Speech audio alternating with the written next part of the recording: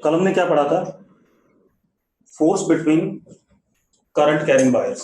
ठीक है, उसके दो केस लिए थे। एक case current carrying wires thin infinite थी, पैरेलल थी।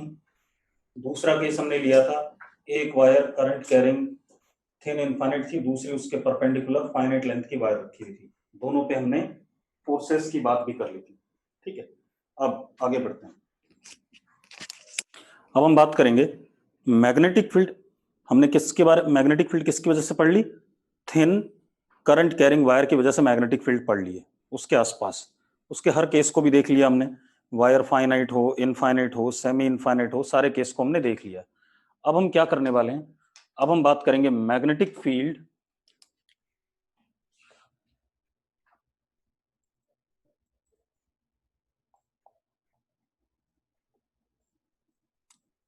Due to circular current carrying loop. एक सर्कुलर करंट कैरिंग लूप है, उसकी वजह से मैग्नेटिक फील्ड। सबसे पहले एट सेंटर ऑफ लूप। अब जरा देखो, हमारे पास ये एक circular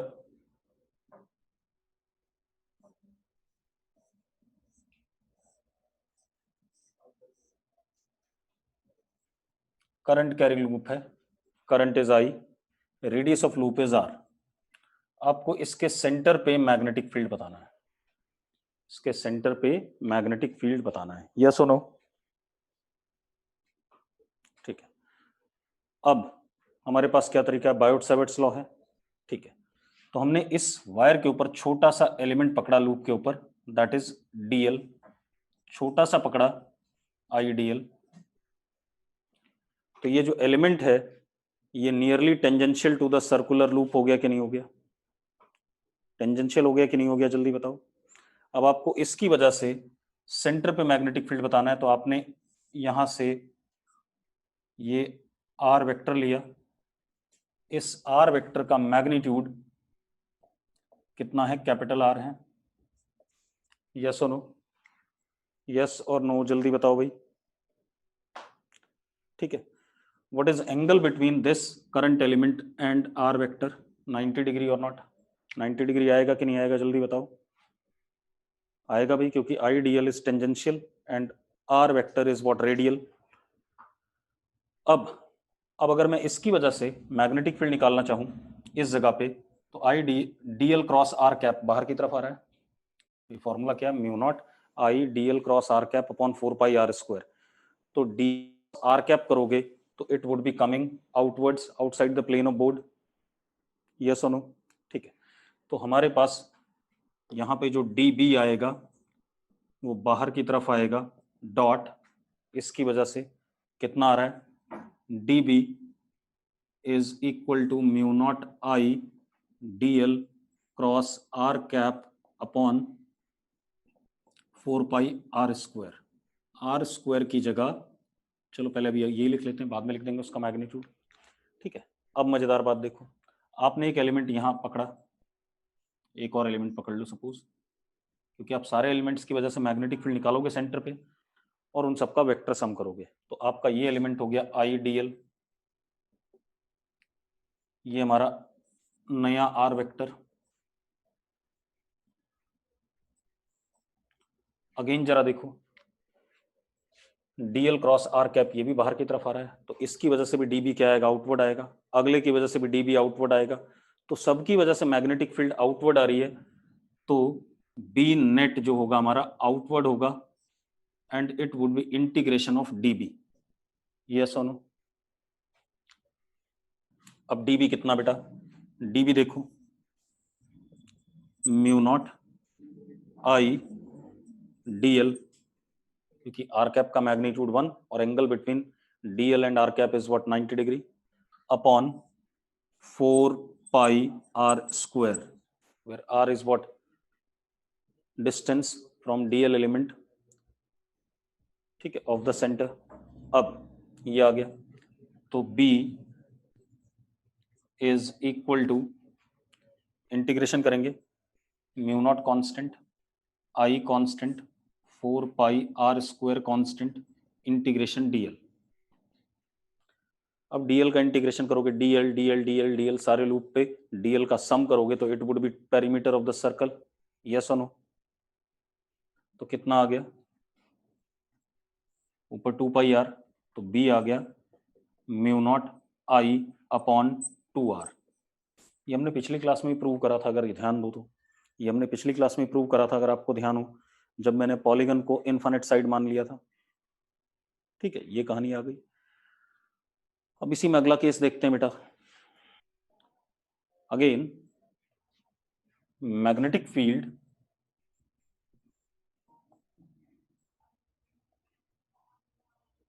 due to current carrying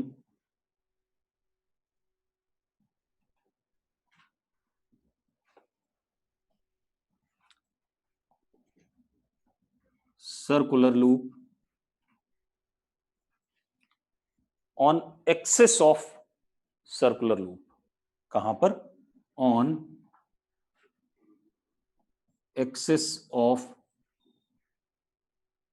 circular loop। ठीक है भाई, सर्कुलर लूप के एक्सिस पे बताना है, क्लियर है। मैं एक डायग्राम ऐसा बनाऊंगा, दूसरा दूसरे तरीके से, ध्यान से देखना। ये हमारे पास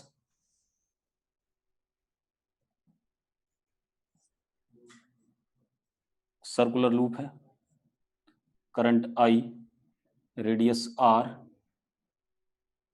ये इसकी एक्सिस हो गई बाहर की तरफ और अंदर की तरफ ऐसे, perpendicular to the plane of circle. हाँ या ना, हाँ या ना, जल्दी बताओ भाई।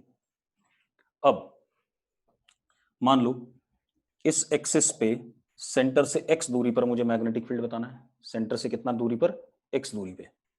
तो मैं क्या करूंगा, इसके ऊपर एक करंट एलिमेंट ले लेता हूं, I dl,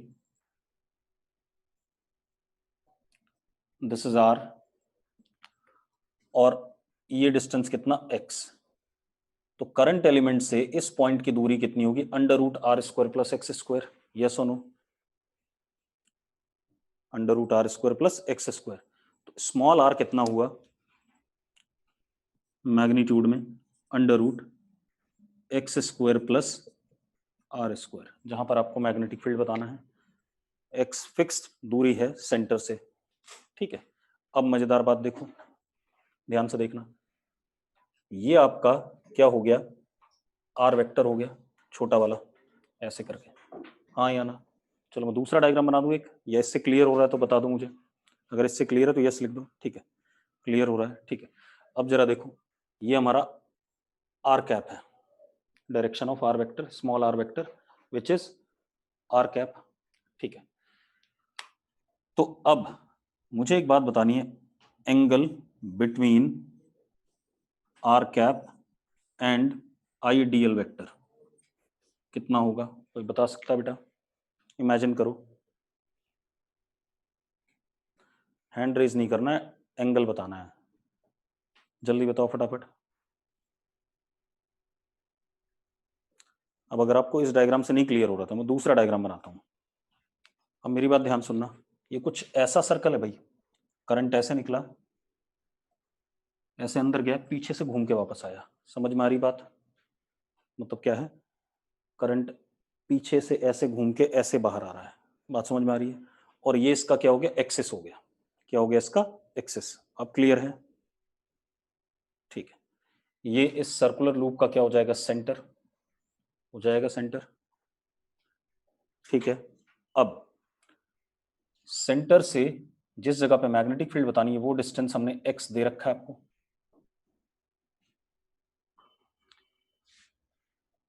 अब मान लेते हैं लूप पे मैंने ये एलिमेंट पकड़ा, ये लूप ऐसा था, तो लूप पे ये वाला एलिमेंट पकड़ा जो यहां पर मुझे दिखाई पड़ रहा है, तो लूप एलिमेंट IDL अंदर की तरफ है कि नहीं? यहाँ पर जल्दी बताओ मुझे।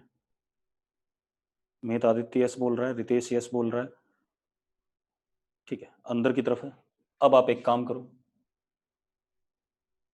ये हमारा R वेक्टर होगा कि नहीं होगा?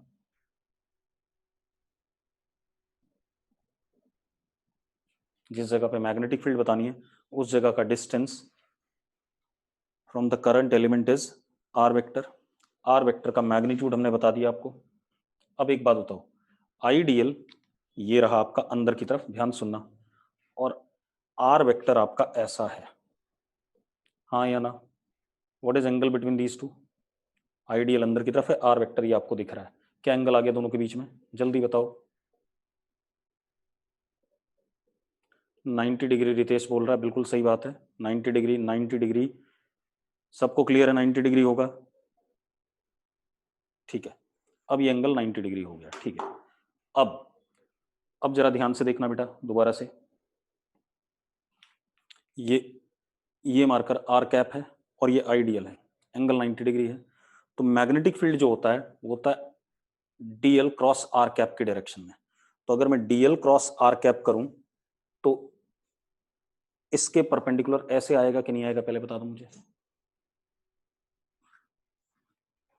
यहां देख भाई, एक काम करते हैं, थोड़ा सा अलग कहानी ले लेते हैं, ये डॉट तो आपको शायद ज्यादा समझ में, और ये क्रॉस, मतलब करंट ऐसे घूम के ऐसे अंदर गया। मिहित ये सर्कल क्लियर है कि नहीं? मैं एक और डायग्राम बना देता हूं।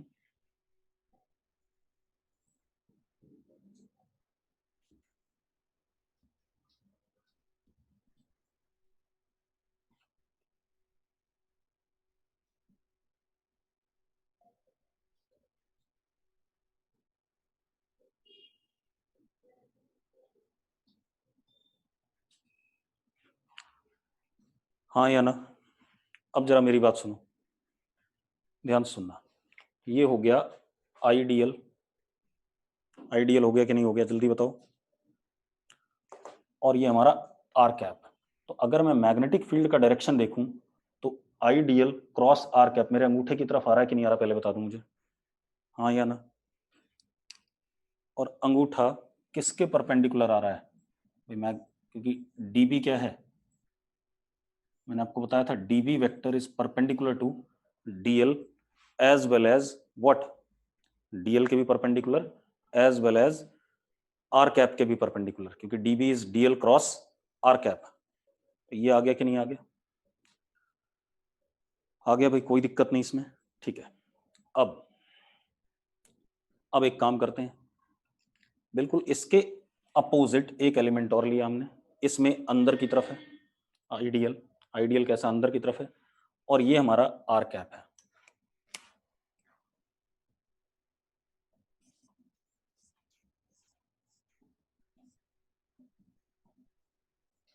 है या नहीं, जल्दी बताओ। अब एक काम कर लो भाई, ठीक है, अब आइडियल अंदर है, आर कैप ऐसा है। अब अगर मैं यहां पर क्रॉस प्रोडक्ट करूं तो इस आर के क्या आ रहा है, परपेंडिकुलर ऐसा आएगा कि नहीं आएगा, जल्दी बता दो मुझे, यस और नो, थंब के अलोंग, तो इस आर के परपेंडिकुलर आ जाएगा।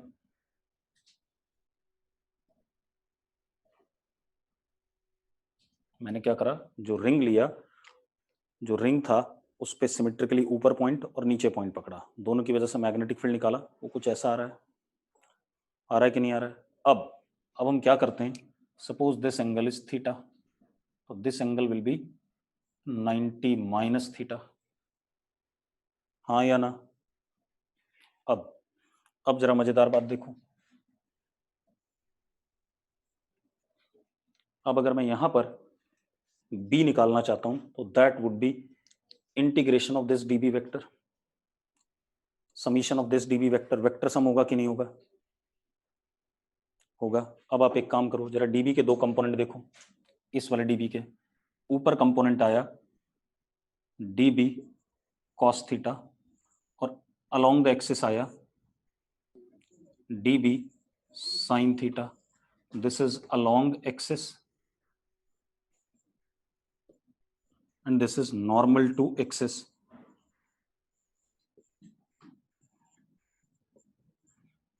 हाँ या ना? इसी तरीके से नीचे वाले के दो कंपोनेंट लोगे तो नीचे की तरफ db cos थीटा और आगे की तरफ db sin थीटा. तो by symmetry we can say component of magnetic field normal to axis will be cancelled out. Yes or no? Component of magnetic field normal to axis will be cancelled out. तो हम क्या कह सकते हैं? By symmetry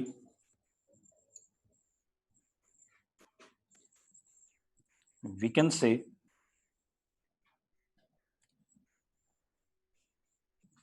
component of B vector normal to axis is 0. हाँ या ना? जल्दी बताओ. पक्का क्लियर है? अब हमें करना क्या है? सिर्फ हमें db sin थीटा को इंटीग्रेट करना है. यस और नो? और नेट मैग्नेटिक फील्ड किसके अलोंग आ गया? एक्सिस के अलोंग आ गया. तो हम क्या कह सकते हैं? ये वाला डायग्राम मिटा रहा हूं बेटा.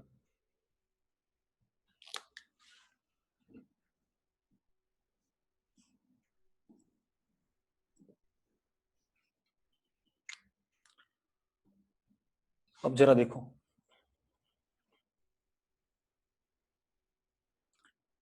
हम क्या कह सकते हैं? B vector is along axis of loop. हाँ या ना? तो बी वेक्टर हमारा इधर की तरफ आ जाएगा.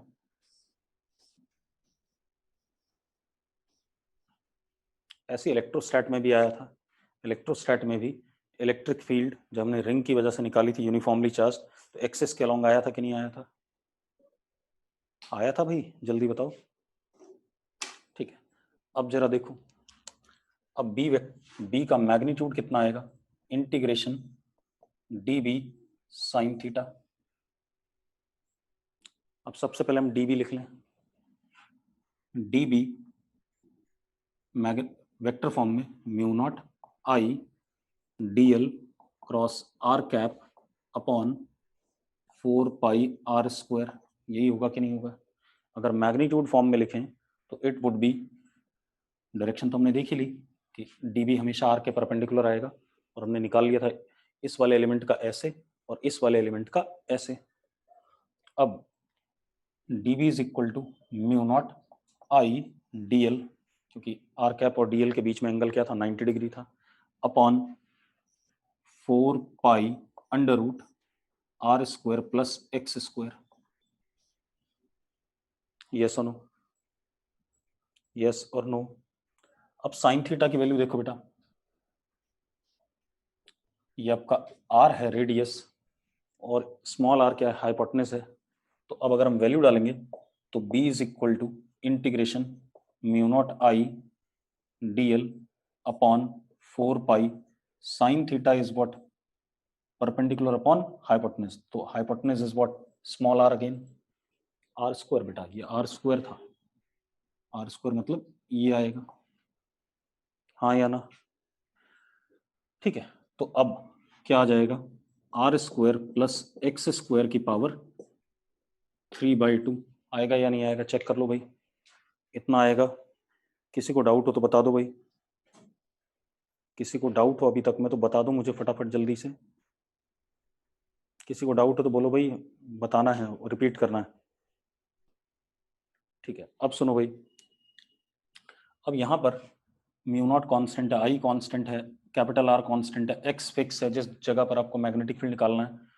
तो b is equal to mu not I r upon 4 pi are square plus x square की पावर 3/2 डीएल का इंटीग्रेशन. डीएल का इंटीग्रेशन आ जाएगा 2 पाई आर.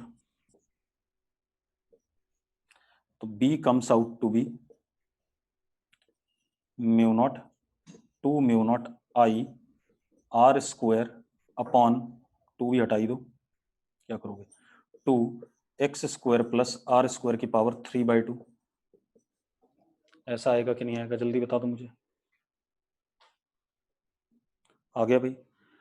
अब एक और चीज देखनी है कि लूप के इस side magnetic field along the axis है और इधर की तरफ है। अब इस साइड भी चेक कर लें यार, इस साइड चेक करते हैं बेटा। तो जरा देखो,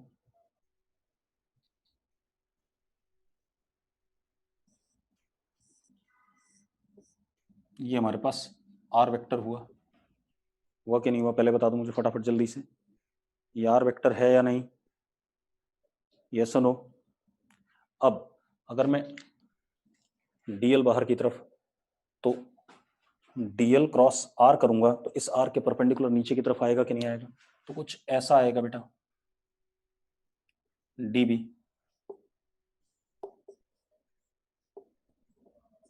हाँ या ना, जल्दी बताओ। डीबी कुछ ऐसा ही आएगा कि नहीं आएगा, अगर क्लियर है तो यस लिख दो। अब डीबी ऐसा आएगा तो अगेन इस डीबी के दो कंपोनेंट, एक अलोंग द एक्सिस और एक perpendicular to the axis, yes और नो। ठीक है। इसी तरीके से अगर इसकी वजह से देखोगे आप, दूसरे वाले की वजह से ध्यान से देखना, तो ये हमारा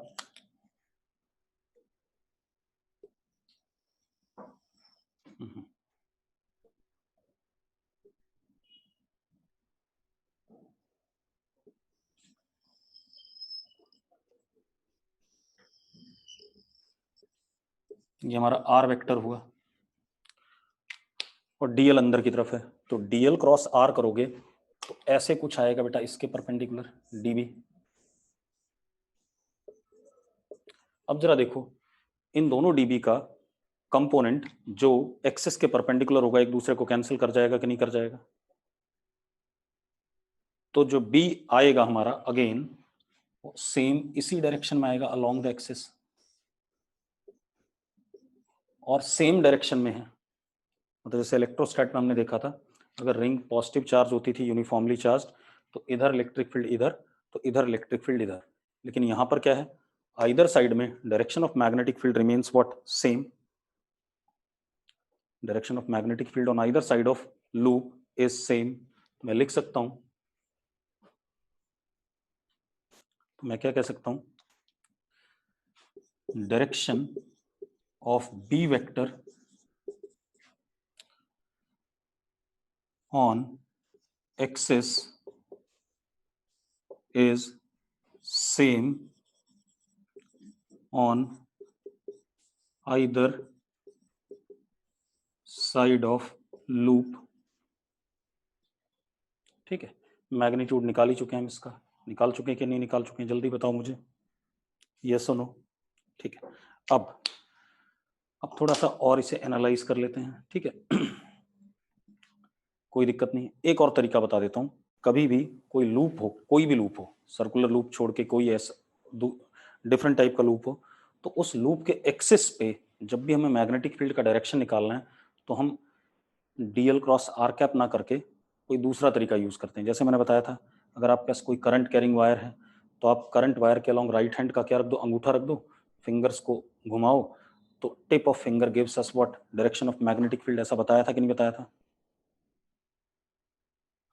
तो सेम चीज यहां कुछ करने वाला हूं, for direction of B vector on axis of any current loop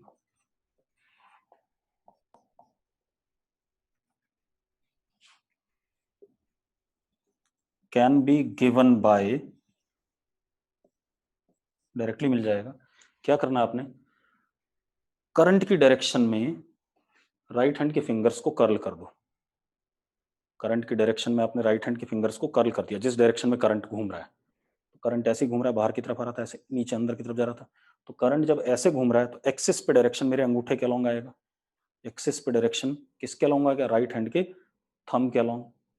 बात समझ में आ गई। तो मैं क्या कह रहा हूँ, can be given bye curling right hand fingers along current in loop, then direction of thumb gives B vector direction। Clear है भाई? ये एक शॉर्टकट हो गया जल्दी से डायरेक्शन निकालने का। ठीक है, अगर इसी में यहाँ करंट अंदर होता, यहाँ बाहर होता, तो मैग्नेटिक फील्ड का डायरेक्शन इधर हो जाता पूरे एक्सिस पे। क्लियर है? क्लियर है भाई? चलो, ये तो डायरेक्शन की बात हो गई। डायरेक्शन पूरे एक्सिस पे कहीं पर भी बदलता नहीं है, सेम रहता है। और कैसे निकालेंगे? करंट के डायरेक्शन में राइट हैंड के फिंगर्स को कर्ल कर देंगे, अंगूठे की डायरेक्शन हमें मैग्नेटिक फील्ड का डायरेक्शन दे देगा। यस और नो? अब और magnetic field circular current carrying loop के लिए हर लूप के लिए वैलिड है भाई विरमानी, हर लूप के लिए वैलिड है, चिंता नहीं करनी है। ठीक है, अब क्या कहानी हमारे पास, ध्यान सुनो। अब अपने पास ये हमारे पास हमने मैग्नेटिक फील्ड निकाल ही लिया इसका। ठीक है,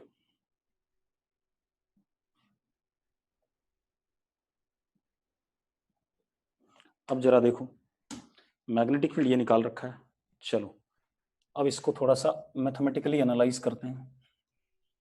अब मैंने ये वाला डेरिवेशन क्यों कराया? क्योंकि बोर्ड में आ सकता है। ठीक है, अब मान लो हमारे पास एक सर्कुलर करंट कैरिंग लूप है।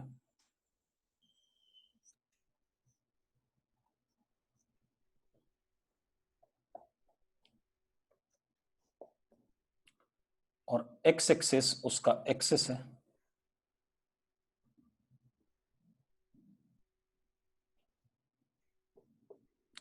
X is equal to 0 centre है। तो मैग्नेटिक फील्ड का जो फॉर्मूला आया, अच्छा मैग्नेटिक फील्ड आएगा अलोंग द एक्सिस।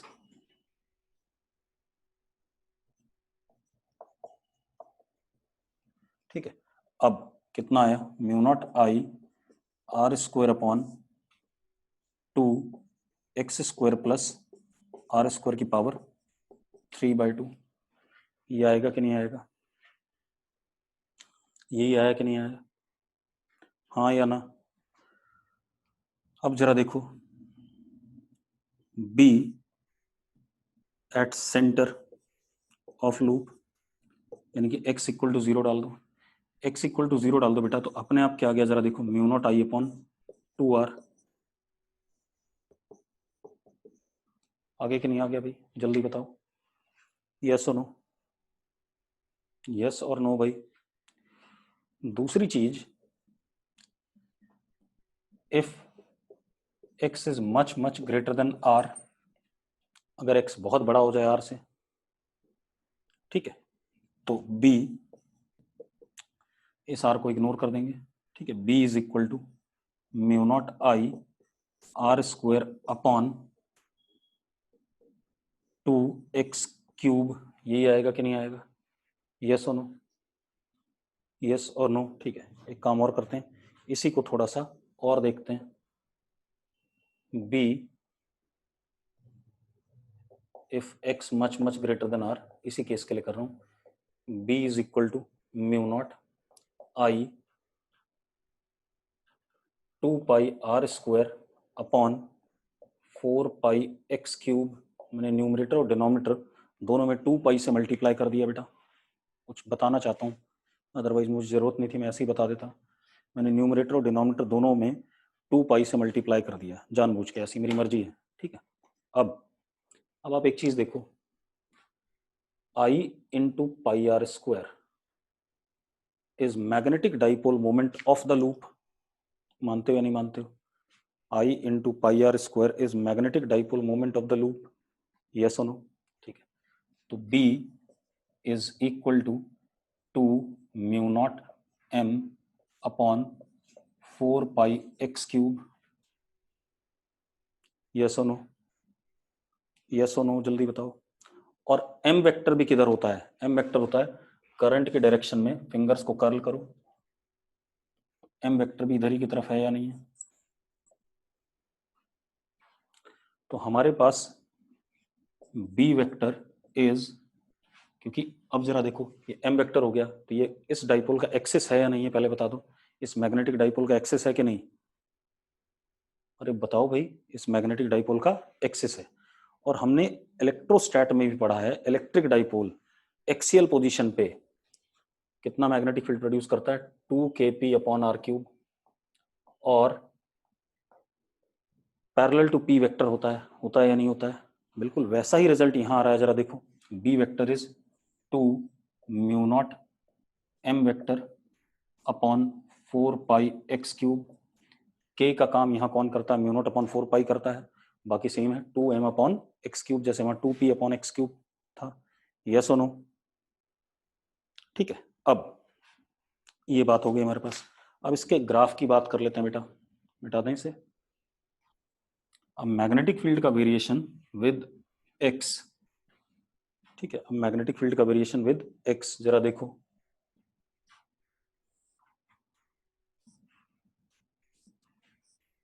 हमारे पास ये x एक्सिस है, ठीक है, ये मैग्नेटिक फील्ड के मैग्नीट्यूड की बात हो रही है।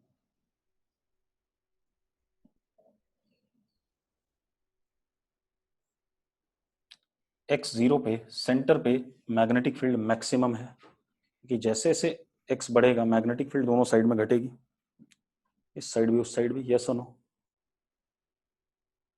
अरे बोलो भाई, मैं क्या कह रहा हूँ, सेंटर पे मैग्नेटिक फील्ड मैक्सिमम है, उसके आइदर साइड पे x चाहे पॉजिटिव साइड पे जाए या नेगेटिव साइड पे जाए मैग्नेटिक फील्ड घटेगा, और सिमेट्रिकली घटेगा क्योंकि इवन फंक्शन है, x की वैल्यू -x डालो कोई फर्क पड़ेगा नहीं फंक्शन को।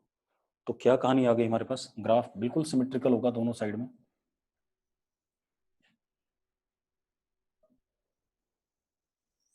भाई मैं सिमेट्रिकल बना नहीं पा रहा हूँ, लेकिन सिमेट्रिकल होगा। चलो बन गया शायद। यस और नो? ऐसा होगा कि नहीं होगा? हाँ या ना, जल्दी बताओ बेटा मुझे। अब हम इसकी मैग्नेटिक लाइंस ऑफ फोर्स की बात करें, किसकी, क्या कहते हैं, अपने करंट कैरिंग सर्कुलर लूप की वजह से मैग्नेटिक फील्ड। अब देखो भाई, ये हो गया अपना। अब आगे ध्यान देते हैं बेटा। अब हम क्या करते हैं, मैग्नेटिक लाइंस ऑफ फोर्स की बात करते हैं, ठीक है, कैसे बनेंगी, हर तरीके से बात करेंगे, ध्यान सुनना।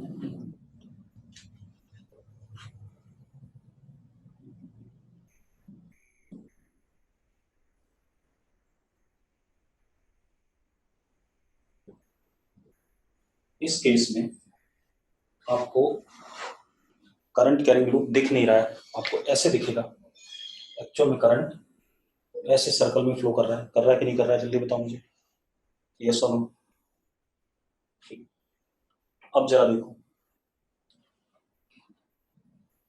या एक काम और करते हैं, इस केस को एनालाइज कर लेते हैं।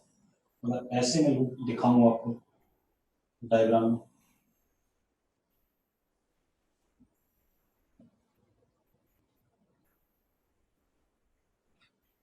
अब जरा ध्यान से देखो बेटा, करंट ऐसे है, मैग्नेटिक फील्ड बाहर की तरफ है, तो यहां पर मैग्नेटिक लाइंस, हमेशा मैग्नेटिक फील्ड क्लोज लूप में होती है, तो हमें पता चल चुका है। अगर आप ये छोटा सा एलिमेंट भी पकड़ो, यहाँ पर ध्यान से देखो, एलिमेंट पकड़ो, ठीक है, इतनी बात, तो मैग्नेटिक फील्ड बाहर की तरफ और उस साइड अंदर की तरफ। यस और नो? तो जरा देखो, मैग्नेटिक लाइन यहाँ निकली डॉट, और यहाँ ऐसे निकल करके ऐसे पीछे से वापस आई सीधे, ठीक है, यहाँ से निकली और यहाँ ऐसे गई और ऐसे पीछे से वापस आई।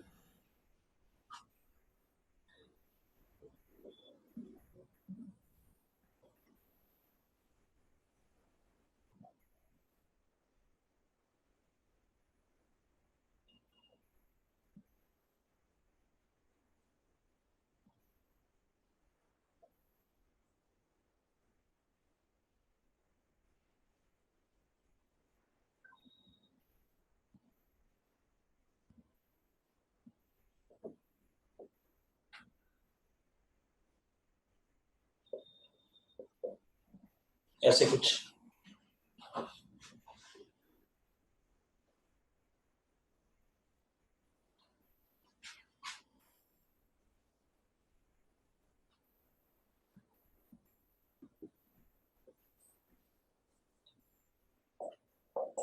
बाहर की साइड में मैग्नेटिक फील्ड लाइंस वीक होंगी कि नहीं होंगी, क्योंकि जितनी लाइनें इस अंदर से निकल रही होंगी उतनी लाइनें बाहर से पीछे वापस आनी है, लेकिन बाहर जगह ज्यादा है। अगर आप कैलकुलेशन भी करो तो आप देखो इस जगह पे मैग्नेटिक फील्ड जानना चाहते हो, तो इसकी वजह से मैग्नेटिक फील्ड इस एलिमेंट इस जगह पे जानना चाहते हैं, इस जगह पे, तो इसकी वजह से मैग्नेटिक फील्ड अंदर, और इस वाले की वजह से यहाँ से कैसे बाहर, तो एक दूसरे को यहाँ पर क्या कर रही है, कैंसिल कर रही है।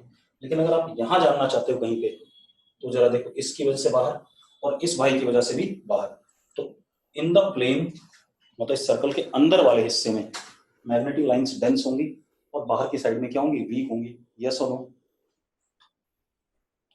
अब यहां पर आ जाए, अगर मैं ऐसे दिखाता हूं मैग्नेटिक लाइंस, तो कैसे दिखानी पड़ेंगी जरा देखो।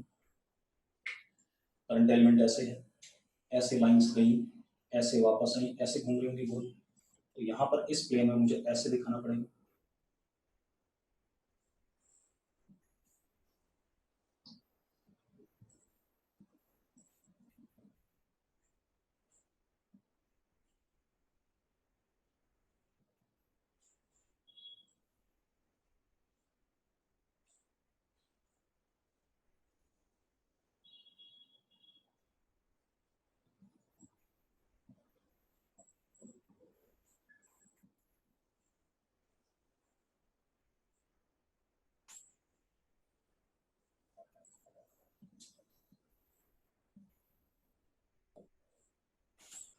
बाहर की साइड में मैग्नेटिक लाइंस वीक हो जाएंगी सर्कल के, और अंदर क्या हो जाएंगी, स्ट्रॉन्ग रहेंगी। आपको देखो इस जगह पर अगर आप मैग्नेटिक फील्ड जानना चाहते हो, ये डॉट वाला है, इसकी वजह से मैग्नेटिक फील्ड इधर, मेरे अंगूठे की तरफ, और ये क्रॉस वाला इसकी वजह से भी इधर, तो दोनों यहाँ क्या हो रही है, ऐड हो रही है।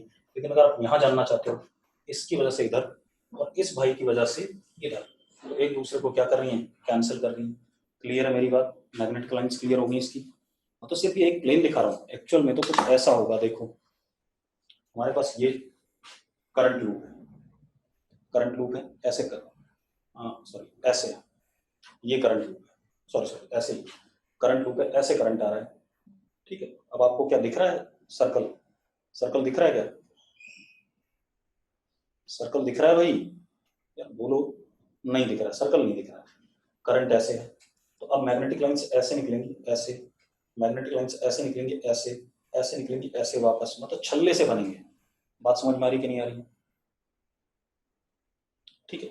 अब बस ये कहानी है कि इस जगह पर अंदर वाले प्लेन में, सर्कल के अंदर वाले प्लेन में स्ट्रांग होगा और बाहर क्या होगा, वीक होगा।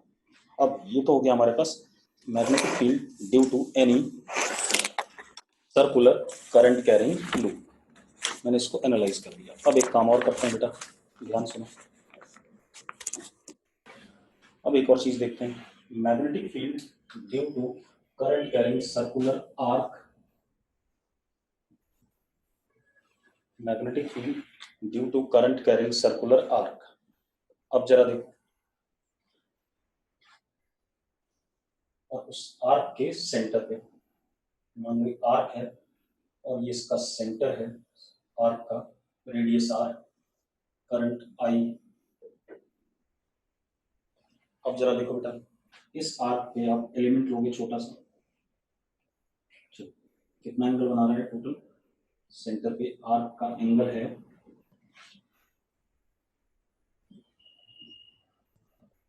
ठीक है। अब जरा देखो,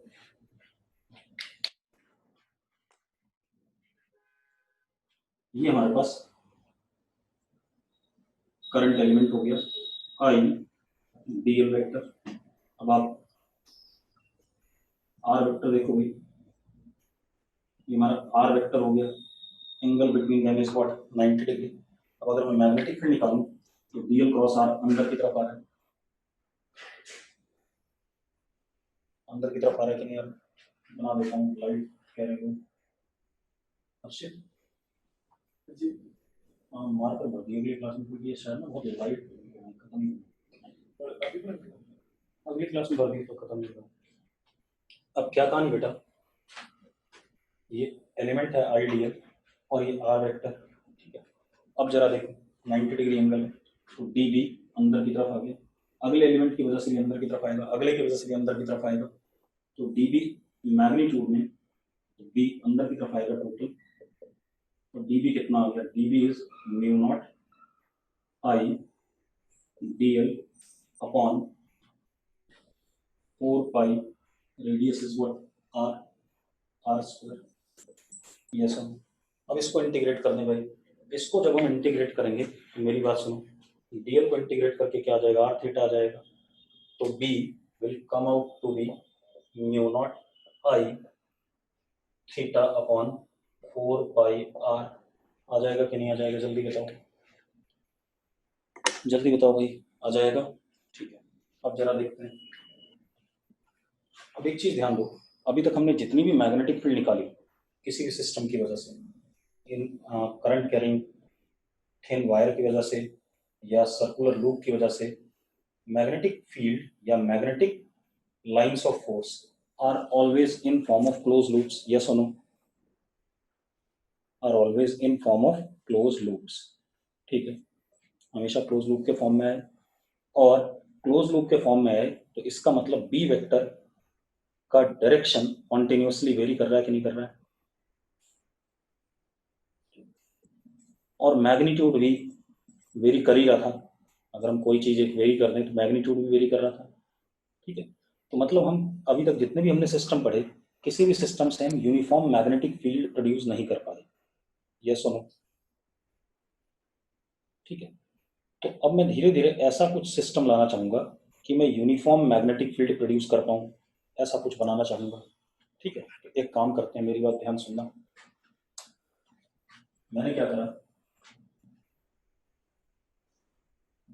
to coaxial current carrying loops. अब जरा देखो,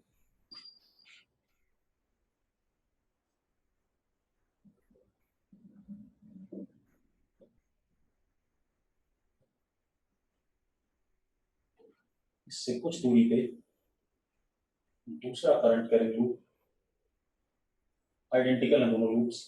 कैसे हैं? आइडेंटिकल, करंट्स भी आइडेंटिकल और कोएक्सियल हैं, दोनों के एक्सिस क्या है, सेम।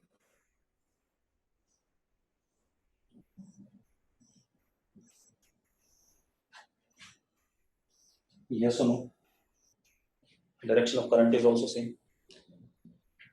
अब एक बात बताओ, दोनों की वजह से मैग्नेटिक, मतलब पहले की वजह से मैग्नेटिक फील्ड एक्सिस पे राइट साइड डायरेक्टेड होगा या नहीं होगा? पहले की वजह से मैग्नेटिक फील्ड एक्सिस पे राइट साइड डायरेक्टेड होगा कि नहीं होगा? और दूसरे की वजह से भी राइट साइड डायरेक्टेड होगा, दूसरे की वजह से भी राइट साइड डायरेक्टेड होगा। ठीक है, यानी कि एक्सिस पे किसी भी जगह पर दोनों की मैग्नेटिक फील्ड्स ऐड होंगी या नहीं होंगी, ये बता दूं मुझे। होंगी दोनों की मैग्नेटिक फील्ड। ठीक है, अब मैं क्या करता हूँ, दोनों की मैग्नेटिक फील्ड का ग्राफ प्लॉट कर रहा हूँ। ठीक है, अपनी बात एक्स एक्सिस के साथ, अगर ये इसका सेंटर है, इसकी मैग्नेटिक फील्ड का जो वेरिएशन होगा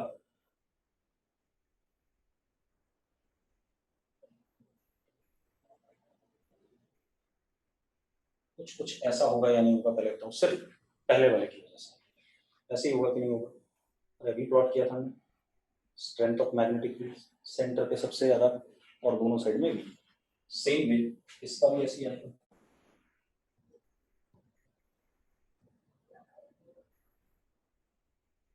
बिल्कुल आइडेंटिकल, लेकिन यहाँ से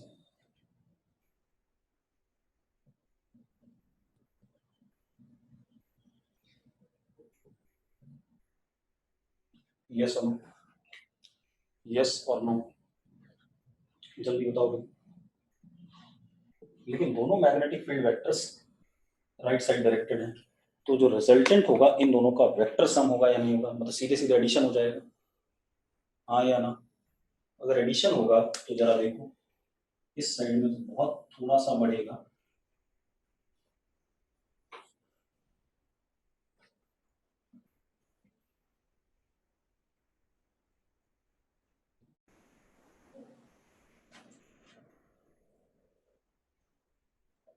ये बी नेट हो जाएगा कि नहीं हो जाएगा, जल्दी बताओ, मैग्नीट्यूड हो जाएगा, हाँ या ना।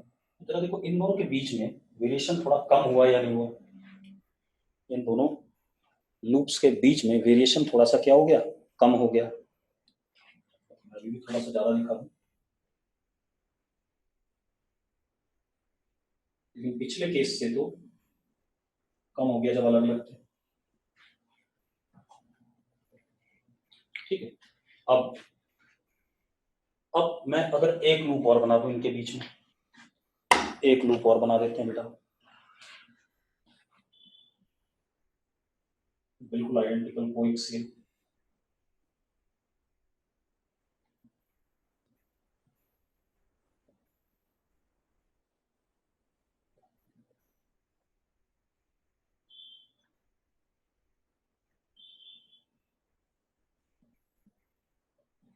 अब जरा मैं नेट देखता हूँ, नेट में ग्रीन कलर से ले रहा हूँ।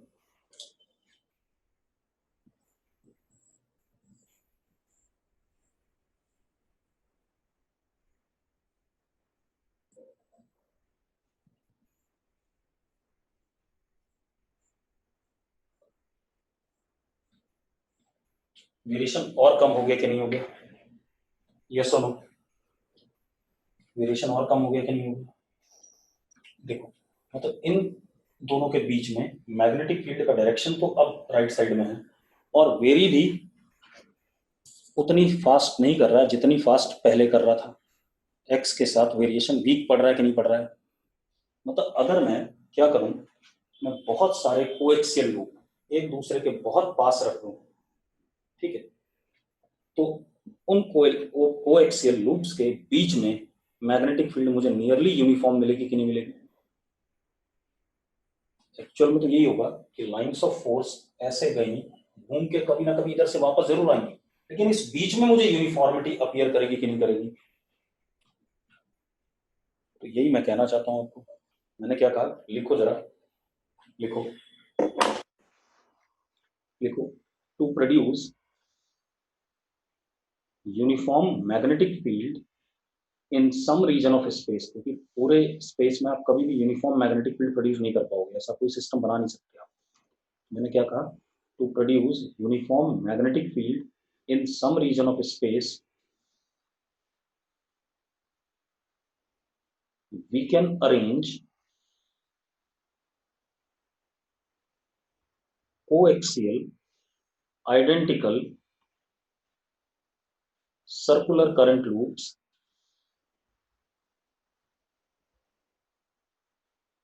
coaxial circular identical current loops placed very near to each other, placed very near to each other।